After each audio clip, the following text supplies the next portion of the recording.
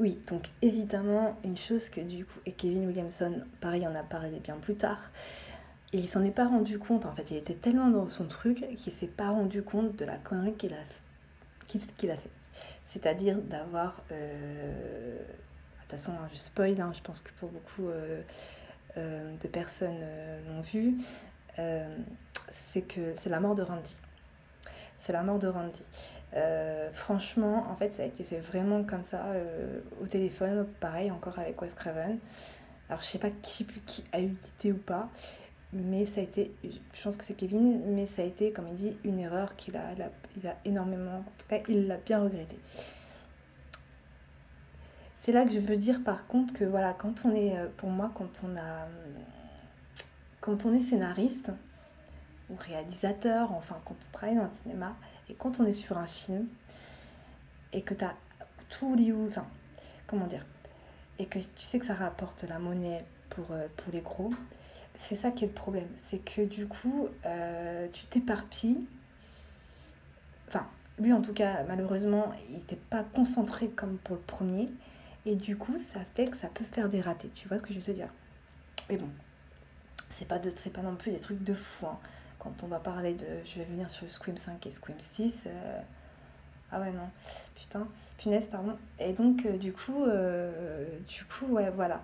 Et, euh, et donc, je reviens par rapport justement à ce qu'il dit. Donc, après, on a Scream 3. Alors, est-ce que j'en parle maintenant? Je pars directement sur Scream 5 et Scream 6 par rapport au répétitif, à ce qu'il veut dire dans la. Voilà, oui.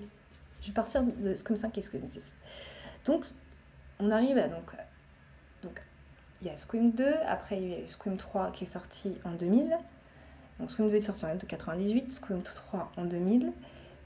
Donc Scream 3, il faut savoir que Kevin Williamson n'a pas fait partie du film, même s'il a donné deux petites trois phrases, il n'était pas dedans.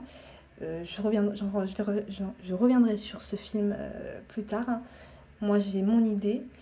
Lui c'est apparemment l'excuse. Enfin, c'est pas une excuse, j'imagine bien. Il était très pris justement aussi par sa série Dawson.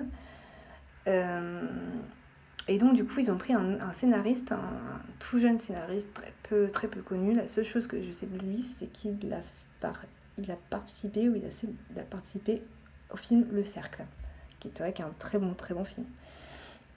Et le premier. Et donc du coup qui s'appelle donc Ehren Kruger. Et donc c'est lui qui a fait le 3. Sauf que pareil, pour la film, des fois je me dis il y a une malédiction sur la saga Scream, c'est vrai, hein. Je reviendrai sur ça aussi.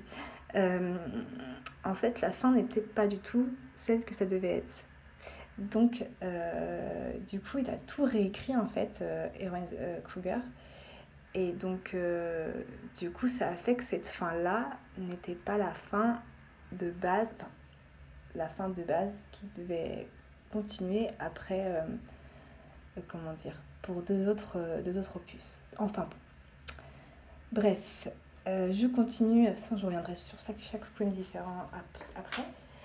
Comme j'ai pas beaucoup de temps, et enfin, pour parler et voir si j'ai de la place, surtout sur la mémoire sur le téléphone.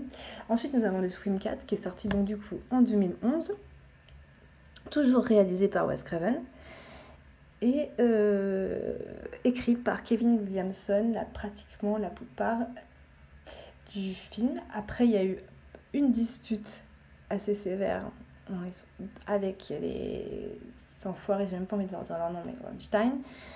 Et en fait, du coup, Kevin Williamson s'est retiré du projet et donc ils ont repris euh, Eren, pardon, merde, mince, j'ai du mal avec lui, avec son nom.